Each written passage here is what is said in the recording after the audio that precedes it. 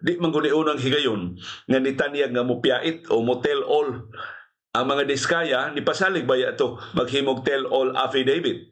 Ang mga opisyal sa Department of Public Works and Highways di pasalig baya nga ilang ibutyag ang tanan. Si Undersecretary Roberto Bernardo ni pasalig baya nga iyang itugan ang tanan, ibutyag, ibisto ang tanan mga detalye. Pero so far sa ilang mga testimonya pulos selective.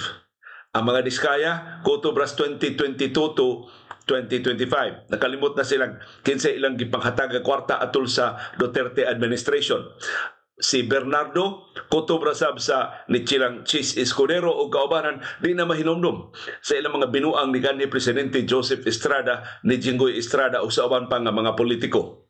Samtang ang taga DPWH limitado kaayo ang ila sa Bulacan rapod. Ang ila sa mga transaksyon sa Bulacan, na di na nila ilhon ang ubang mga senador o mga kongresista gawas nila Joel Villanueva o ni Jinggoy Estrada o ni Saldico.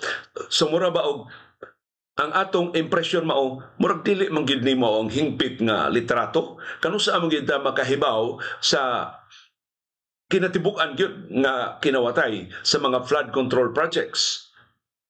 Or ang mas maayong pangutana, musugot ba ang administrasyon ni Presidente Ferdinand Marcos Jr. nga atugong mahibaw-an ang tanang mga detalye ini mong iskandalo?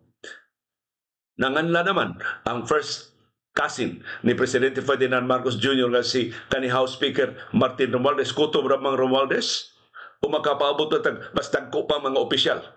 Tugutan ba sa Malacanang nga moabot nga to sa Office of the President? Kung doon mga ebidensyang mutumaw, kini mong iskandalo